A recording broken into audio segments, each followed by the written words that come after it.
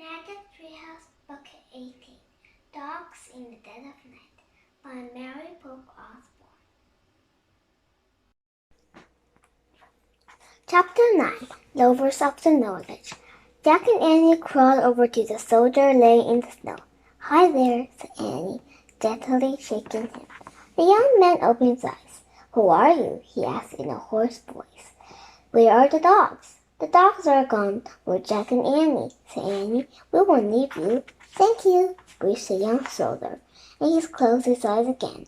He was trembling with cold. Annie pulled off her mom's robe and tucked it around the shoulder. Jack did the same. Annie began rubbing one of the soldiers' shaking hands, and Jack rubbed the other. As the snow flew around them, Jack wondered what to do. Where was Barry? How could they get the soldier up to his feet? How would they find their way back to the monastery? "Listen," said Annie, as if answering Jack's question. Jack heard distant voices. He heard booming barks. People were coming to help, and Barry was leading the way. The huge dog bounded down the narrow passage to the young soldier. He seemed startled when he saw Jack and Annie. He sniffed them and barked his booming bark. Jack wasn't sure what Barry would say now. He wondered if it might be how the heck can you change from dogs back into people? "Magic," Jack said. Barry just panted, but Jack had a feeling he understood. "Hello!" Brother Michael was hurrying up the narrow passage. Behind him were two French soldiers who had helped stopped earlier in the monastery. The soldier dropped on their knees and helped out the avalanche was him to his feet. They wrapped Jack and Annie's robes tightly around him. "Did Barry find you?" Jack asked Brother Michael. "Yes, we had just met these soldiers on the path when Barry came running up to us," said the monk. "How did he get out of the monastery?"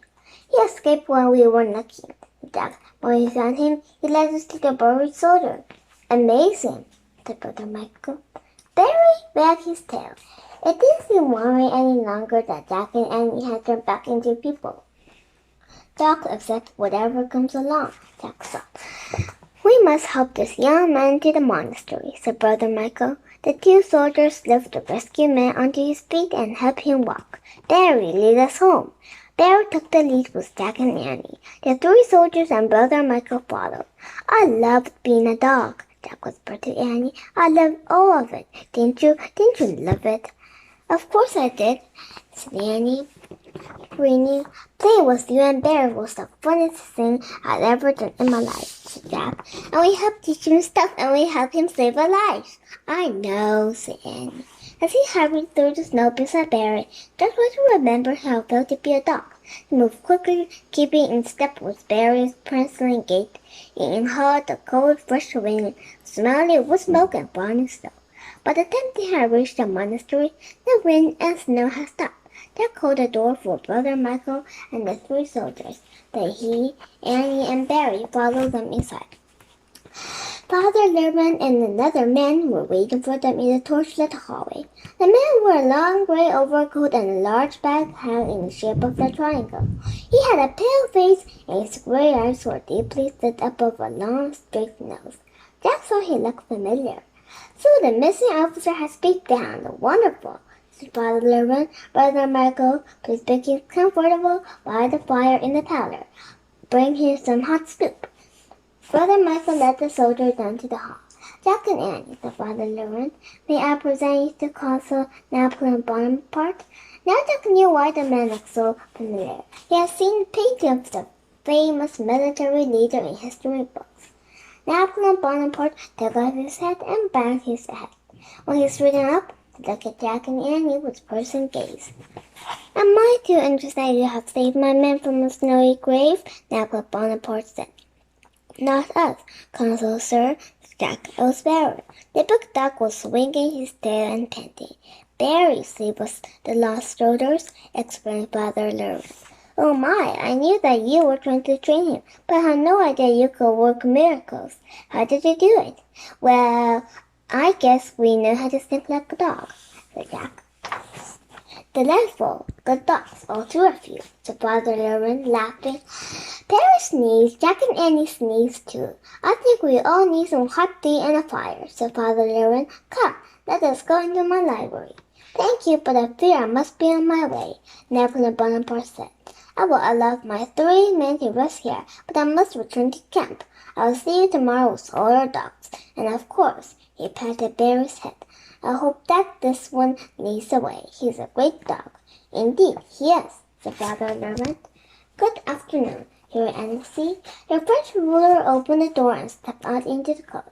He turned back and saluted them, then strode away alone in the snow.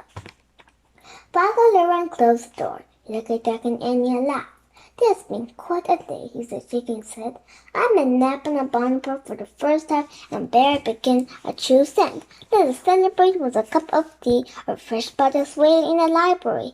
Thank you, that sounds great, said Annie. She looked at Jack. Sure, cool, said Jack. Jack, Annie, and Barry followed Father Lerman down the main hall. He opened a door to a large room lit with flickering candles and a blazing fire.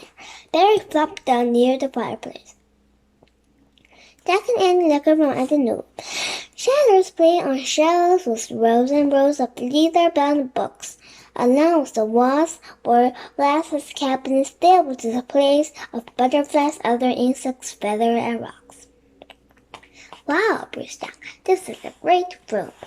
I confess this is my favorite room in all of the world, said Father Lerman. I'm a lover of knowledge. So we are, said Jack. Wonderful. I thought you might be, said the monk. Come sit, please. He led them to a small table. They all sat down, and Father Lerman poured tea from a silver pot into the 3 china cups. As they all each took a sip of the hot, sweet tea, Barry barked. He stood up and wagged his tail, stared at them. He barked again. He wants attention, said Father Lerman, shaking his head. Quiet, Barry. But Barry barked again. Oh, said Annie. I know what he wants. He wants to show you something. Barry, stay. She walked to the other side of the room. Barry didn't move. Come, Barry, said Annie. Barry walked to Annie and stood at Barry's bed. Sit, Barry, said Annie. Barry sat. He still stepped on the stone door. My, I can't believe it, said Father Lerman. It's like magic. You have no idea, said Annie. Jack laughed. Good dog, Barry, he said. Perhaps you would like to brush him, Father Lerman said to Annie. The monk got a large brush from the shelf and gave it to her. Brushing always makes her son happy, and Barry has more than his happiness a day. Annie got up from her chair and knelt beside Barry. As she gently brushed his beautiful thick fur, Barry leaned against her and put his paw on her foot. Father Lerman smiled. "A Santa leans against you to keep you warm," he said, "and he'll put his paw on your foot to keep it warm too." "You sound like you love dogs," said Annie. "I do indeed," said Father Lerman. "I love all of nature. In fact, I often leave the monastery and go on explorations just to study the natural world." "What do you do on your explanations?" asked Jack.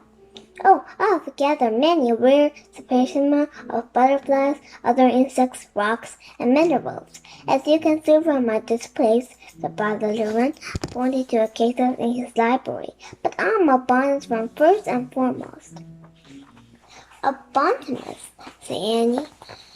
"A botanist studies plants," said Father Lerman. He stood and walked over to a shelf and picked up a large book with a pale closed over.